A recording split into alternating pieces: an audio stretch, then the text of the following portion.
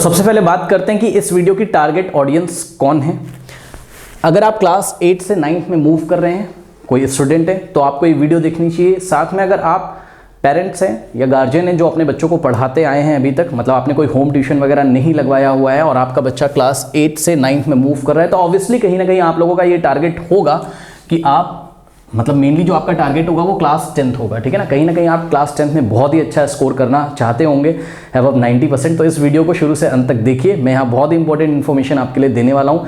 Hello students और guardians को मेरा प्रणाम, या जो भी टीचर देख रहे हैं उनको मेरा प्रणाम। मेरा नाम Vineet Pandey, last 7 to 8 year से मैं ऑफलाइन क्लासरूम्स में पढ़ा रहा हूँ और यहाँ पर मैं आपको अपना एक्सपीरियंस शेयर करूँगा कि जब बच्चा क्लास 8 से 9 में आता है तो हमसे एज अ गार्जियन पेरेंट्स क्या प्रॉब्लम मतलब हमसे क्या दिक्कत होती है और बच्चे भी कहीं ना कहीं क्या चीज़ें मिस करते हैं जिससे धीरे धीरे उनका रिजल्ट अचानक से डिक्रीज हो जाता है। यानी कि ऐसा देखने को मिला है कि अगर क्लास 8 में बच्चा कहीं ना कहीं 80% स्कोर कर रहा है तो 9th के जो फर्स्ट हाफ ईयरली होते हैं उसमें बच्चा कहीं ना कहीं कभी कभी 40% तक आ जाता है और 50% तक आ जाता है या 60% तक आ जाता है, उसका परफॉर्मेंस डिक्रीज हो जाता है और गार्जियंस नहीं समझ पाते हैं, बच्चे नहीं समझ पाते हैं कि क्या प्रॉब्लम हुई है।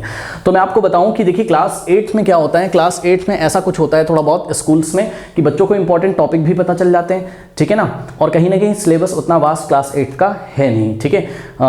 जो भी कारण हो उसके कि टीचर्स अपना परफॉर्मेंस अच्छा करने के लिए बच्चों को टॉपिक्स बता देते हैं ताकि कहीं ना कहीं सभी बच्चों के रिजल्ट्स ठीक ठाक आएँ। तो बच्चे मान लीजिए एक चैप्टर से 5 क्वेश्चन ही तैयार करके चले गए, बस उनको बता दिया गया कि हाँ भाई क्वेश्चन नंबर 1 आएगा, 2 आएगा, 5 आएगा, 7 आएगा, क्वेश्चन नंबर 4 नहीं करके जाना है। तो इस तरीके से कुछ चीज़ें होती हैं बच्चे के आसपास, जिसके कारण वो उसकी आदत क्या पड़ जाती है कि भाई हाँ ये पर्टिकुलर क्वेश्चन है और यही एग्जाम में आएगा, थोड़ा सा रटने की उसकी आदत हो जाती है, या कुछ कह सकते हैं कि कुछ पर्टिकुलर क्वेश्चंस को ही तैयार करने की उसकी आदत हो जाती है। इस तरीके से वो कहीं ना कहीं अच्छा स्कोर कर रहा होता है, नो डाउट, ठीक है, बट बच्चे में एनालिटिकल थिंकिंग नहीं डेवलप हो पाती है। बट क्लास 9 में जब वो पहुंचता है तो क्लास 9 में आपको क्या देखने को मिलेगा, क्लास 9 में क्वेश्चन कहीं से भी आ जाएगा, ठीक है ना, कोई न्यूमेरिकल डिजिट चेंज करके क्वेश्चन मैथ्स और साइंस में आ सकता है या रीजनिंग के क्वेश्चंस आ सकते हैं, ठीक है, और वो सब बच्चा नहीं कर पाता है बिकॉज उस हिसाब से उसने अपनी एनालिटिकल थिंकिंग को डेवलप नहीं किया था क्लास 8 में, ठीक है ना। तो यहाँ पर चीज़ें वास्ट हो जाएंगी, ठीक है।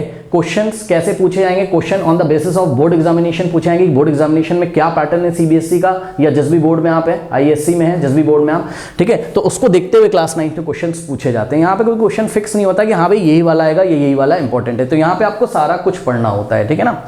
तो सारा कुछ आप कैसे पढ़ें, यहाँ पे देखिए प्रॉब्लम ये होती है कि जैसे ही बच्चा क्लास 8 से 9 में जाता है तो हम लोग थोड़ा सा इग्नोर करने लगते हैं या बच्चे खुद ही इग्नोर करने लगते हैं। वो शुरुआत में नहीं ध्यान देते हैं। कब नहीं ध्यान देते हैं, मान लीजिए मार्च में आपका नया सेशन स्टार्ट हुआ तो मार्च, अप्रैल, मई, जून तक तो एडमिशन हम लोग देखते रहते हैं, ठीक है ना। जुलाई, अगस्त ऐसे ही चलाता है, कहीं ना कहीं सितंबर से हमने देखा है बच्चों को होश आता है और तब तक आप देखोगे तो आपके बहुत सारे चैप्टर शुरू के छूटे रहते हैं। फिर चाह के भी आप उनको अगर कंप्लीट करना चाहो तो टाइम कम पड़ जाता है बिकॉज सितंबर से लेके अक्टूबर से लेके न्यू सेशन तक बहुत कम टाइम बचता है। तो इसका सॉल्यूशन क्या है, इसका सॉल्यूशन ये है कि जैसे ही बच्चा क्लास 8 से, अब देखिए मैं 8 से 9 की जानबूझ के बात कर रहा हूँ क्योंकि यहीं पे बहुत बड़ा प्रॉब्लम देखने को मिलता है। जैसे ही बच्चा 8 से 9 में जंप कर रहा है, ठीक है ना, तो 8 के जब फाइनल एग्जाम आपका बच्चा दे रहा है या आपने दिए हैं तो आपको यहाँ पर रिलैक्स नहीं करना है, यानी कि आपको यहाँ पर गैप नहीं करना है कि क्लास 8 का एग्जाम दे दिया और आप वेट कर रहे हो कि हाँ भाई जब रिजल्ट आएगा, हमारी कॉपी किताब आएंगी तब हम स्टार्ट करेंगे, न्यू बुक्स आएंगी, न्यू कॉपीज आएंगी। नहीं, आपको आज से ही स्टार्ट कर देना है। मतलब जब भी आपका क्लास 8 का फाइनल एग्जाम खत्म होता है तो आपको शुरुआत से तैयारी स्टार्ट कर देनी है। यही एक मंत्र है 9th क्लास में अच्छा स्कोर करने का, ठीक है, यानी कि कंसिस्टेंसी आपको बनाए रखनी है, आपको किसी भी तरीके का गैप नहीं करना है। वो गैप करते करते करते एक्चुअल में 9th क्लास में क्या है, इंटर रिलेटेड थिंग्स हैं, ठीक है। मैथ्स का चैप्टर नंबर 1 नहीं अच्छे से पढ़ोगे तो आपको 2 में फील नहीं आएगा, 2 अच्छे से नहीं पढ़ोगे तो 3 में नहीं फील आएगा। इसी तरीके से आपका कहीं ना कहीं फिजिक्स में भी चलेगा, आपका कहीं ना कहीं केमिस्ट्री में भी चलेगा, ठीक है ना। तो बातें तो बहुत सारी हैं, ठीक है, इतनी बातें यहाँ पर वीडियो में हो नहीं सकती, बट मैं आपको सिर्फ इतना कहना चाहता हूँ कि बच्चे को शुरू से पकड़ के रखना है, आपको पढ़ाई शुरू से करनी है, ठीक है ना। तो इसके लिए कहीं ना कहीं अभी तक अगर आपने क्लास 8 में बच्चे का होम ट्यूटर मिड सेशन में कहीं ना कहीं लगाया था और आपका काम चल गया था तो यहाँ पर आपसे शायद गलती हो जाए। अगर आप होम ट्यूटर कहीं ना कहीं मिड सेशन में लगाएंगे तो वो बच्चे को प्रॉब्लम कर सकता है। अगर आप होम ट्यूटर लगाते हैं या अगर आप खुद ही पढ़ाते हैं, ठीक है ना, तो आपको बच्चे को शुरू से ही पढ़ाना होगा। और जो बच्चे खुद ही पढ़ते हैं, आजकल तो बहुत सारे रिसोर्सेज हैं इंटरनेट पे, आपको हर एक चैप्टर के वीडियोस बहुत ही क्वालिटी कंटेंट मिल जाएंगे। अब इसी चैनल पे आप देख लीजिए, आपको क्लास 9 का फिजिक्स, केमिस्ट्री एंड मैथमेटिक्स का quality content plus NCERT exemplar के साथ। एनसीईआरटी एग्जाम्पलर हम फिर से कभी डिस्कस करेंगे, वो बहुत ही इंपॉर्टेंट बुक है जो कि सीबीएसई ने लगा के रखी है। उसको अगर आप सॉल्व करते हो शुरू से ही तो आपके जो कॉम्पिटिटिव लेवल के क्वेश्चंस हैं वो आपकी एनालिटिकल थिंकिंग को डेवलप करने में वो बहुत ही महत्वपूर्ण भूमिका निभाता है, तो उसके बारे में हम बाद में डिस्कस करेंगे।